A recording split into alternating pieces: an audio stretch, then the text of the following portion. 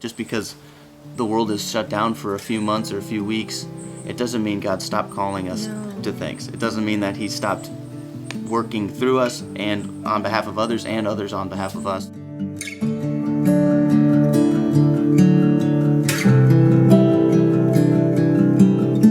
Hey everybody, I am Hillary Scott Tyrrell, and this is my husband, Chris. Hey everybody.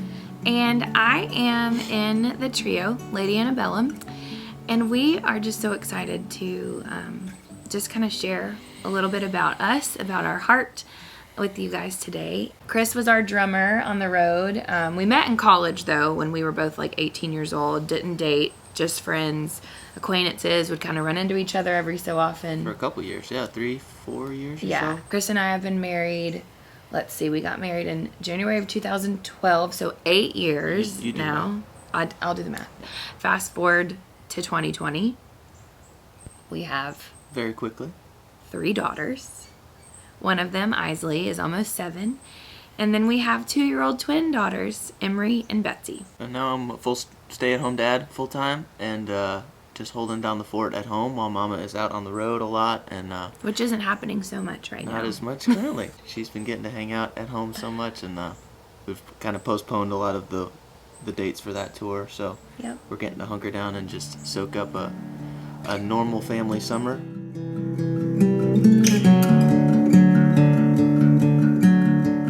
One of the ways we've navigated the past few weeks, at least, of trying to find routine and trying to find a balance of that mixed with the fact that you just kind of have to roll with stuff. So we kind of are looking at finding that balance between having structure and then having just flexibility, and kind of knowing that we're always trying to find that balance as a family, but especially right now, so many priorities have been kind of tossed up in the air that I think it's a little trickier and hairier to define that. So we're trying to find that balance we want some structure. We want to give our kids the peace and the calmness that can come from having routines and having healthy habits.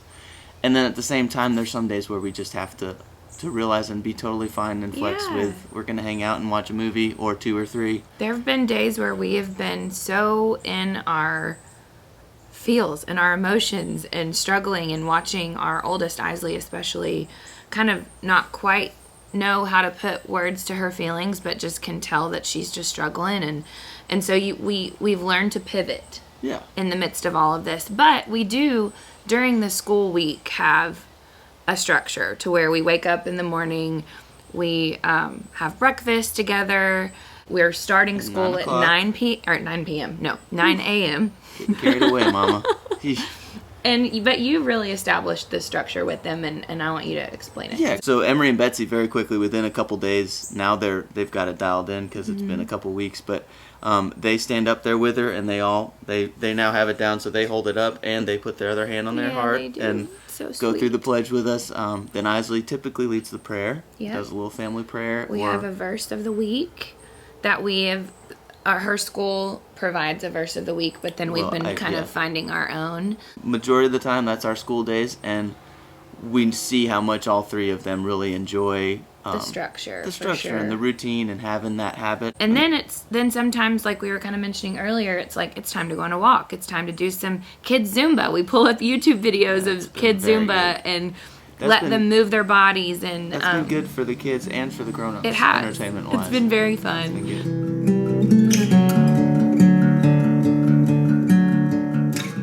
And then, they go down at a normal bedtime around 8 p.m.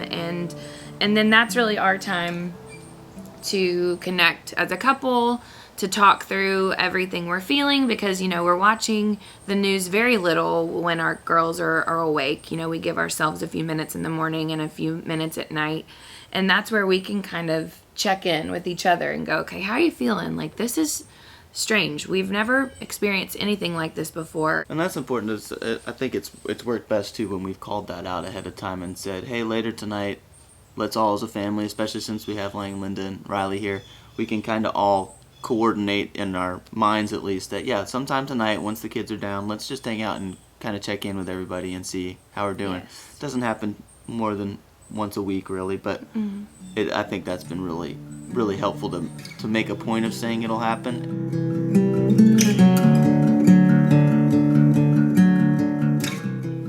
so many ways, work and the chaos of our normal scheduling, especially with mom in and out all the time, all of that has obviously been put on pause and taken off our plate. So there's, on paper, technically all this time that we now have to just twiddle our thumbs, and we're just so free to be relaxed. But without mainly just the schooling element, without Isley going to school, it's not easy. I think there's a lot of opportunity to beat ourselves up, at least internally. I think in different ways we start to have external expectations, whether it's our own of what we think we should be doing, or just what I see or hear other people are getting done, and the productivity levels are far different for some other friends of mine that can clean out their whole garage and organize everything and read as many books as they want, and everybody's world just looks different and everyone's in a different position right now. So I think it's the healthy thing is to try to find a balance of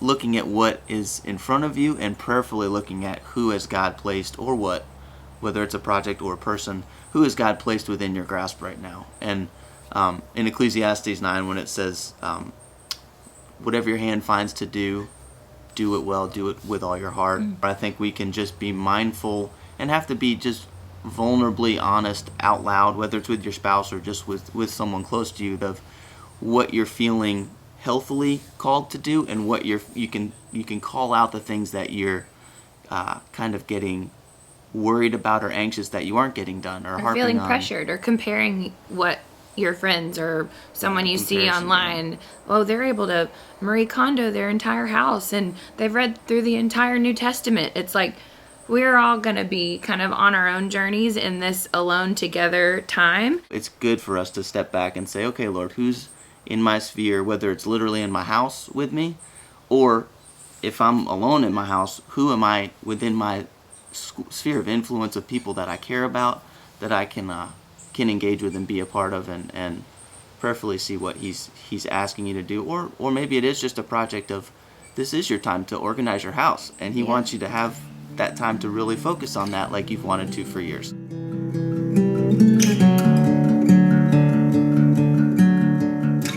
A friend of mine asked the question, we were on a Zoom call with a handful of us from our business, and he goes, who do you want to be at the end of all of this?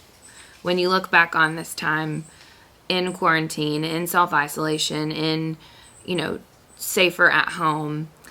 And I would take it a step farther and encourage you to pray that prayer to the Lord, to ask, Lord, who do you want me to be? How do you want me to grow at the end of all of this? When I look back on these weeks, these months where life just got turned upside down, I don't want it to be for naught, from the standpoint of growing closer to you, growing closer to those that I love. And I encourage you to dig in and ask him that question.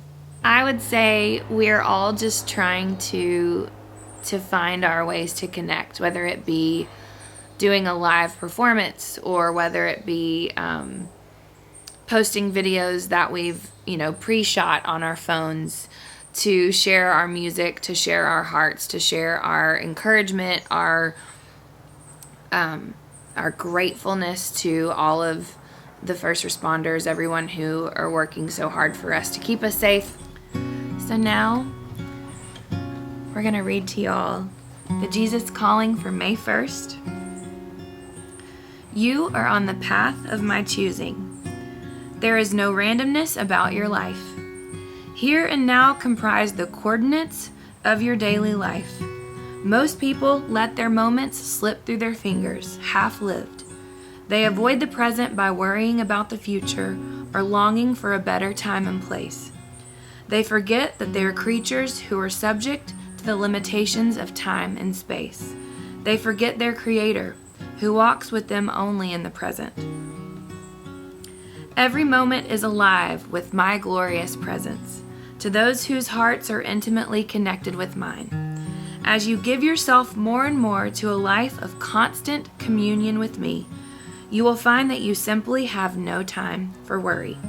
Thus, you are freed to let my Spirit direct your steps, enabling you to walk along the path of peace.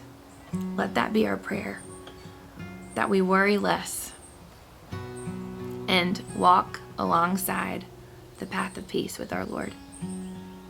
And the song that we want to share with y'all today is just one that I've found almost every morning I wake up and this song is on my heart. And so we want to sing it and play it for you right now. And if you know it, wherever you are right now, just please sing along. This is Great is Thy Faithfulness.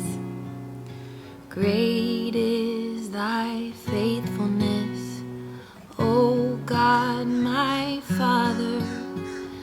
There is no shadow of turning with Thee. Thou changest not, Thy compassions, they fail not. As Thou hast been, Thou forever will be. Great is Thy faithfulness, great is Thy faithfulness. Morning by morning, new mercies I see.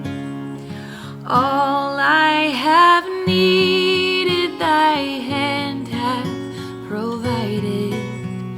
Great is Thy faithfulness, Lord, unto me.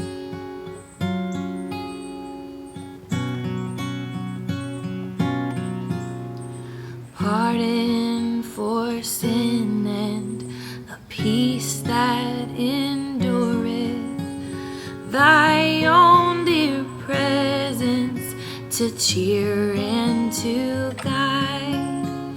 Strength for today and bright hope for tomorrow. Blessings, oh mine, with 10,000 beside. Great is Thy faithfulness, great is Thy faithfulness. Morning by morning, new mercies I see. All I have needed, Thy hand hath provided.